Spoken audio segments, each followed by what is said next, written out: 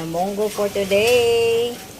Yes, munggo, lagyan ng kakang gata. Ayan, ang dami-daming dahon.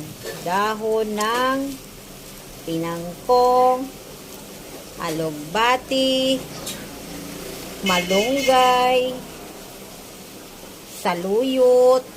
Ayan. Saluyot.